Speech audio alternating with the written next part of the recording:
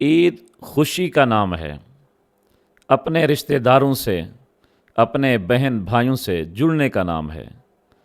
عید آئے اور بہن بھائی ساتھ نہ ہوں، عید ہو والدین ناراض ہوں، عید ہو آپ کے گھر کا حرم اور چادر بننے والی آپ کی عزت گھر سے دور ہو اور وہ ناراض ہو، ایسی عید نہیں۔ یہ بظاہر تو انسان عید منا رہا ہوتا ہے، لیکن وہ بالکل پھیکی عید ہوتی ہے۔ اس عید کے رنگ میں بھنگ نہیں ہوتی، خوشی نہیں ہوتی، وہ عید اداسی اور بوجھل بن جاتی ہے انسان کے لیے۔ آئیے، آپ میرے بھائی ہیں، آپ میرے والد ہیں، آپ میری بہن ہیں، آپ مجھ سے ناراض ہیں، میں آپ پہل کر رہا ہوں آپ سے۔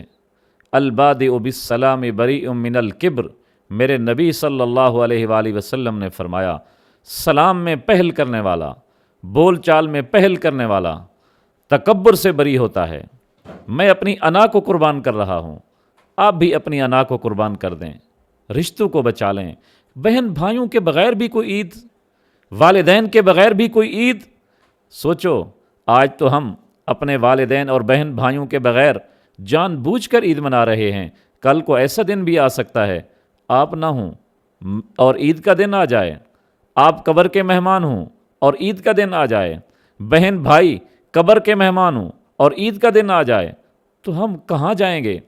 کیسے آپ کو تلاش کریں گے؟ آؤ، رنجشیں ختم کریں، دوریاں ختم کریں، اس عید کے رنگ میں بھنگ ڈالیں، گلے ملیں۔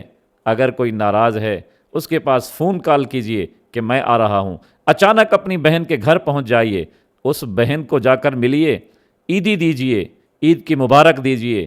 جو کبھی چھوٹی ہوا کرتی تھی، آپ کے گھر میں ہوتی تھی، اپنے لال خوبصورت دوپٹے سے آپ کے کپڑوں کی مٹی صاف کیا کرتی تھی، آپ کے جوتے صاف کیا کرتی تھی، آپ کے لیے کھانا بنایا کرتی تھی، وہ آپ کا راہ تک رہی ہے، وہ آپ کا نظارہ دیکھنے کو بے چین ہے، بے تاب ہے۔ بھائی بھائی کا نظارہ دیکھنے کے لیے ایک مسکراہٹ کا انتظار کر رہے ہیں۔ تمام رنجشوں کو ختم کریں، عید کو عید بنا کر، عید کو خوشی بنا کر، عید کو اپنے رشتہ داروں سے جڑنے کا ذریعہ بنا کر ایک دوسرے کو معاف کریں۔ جب ہم ایک دوسرے کو معاف کریں گے، اللہ بھی خوش ہو کر ہم سب کو معاف کرے۔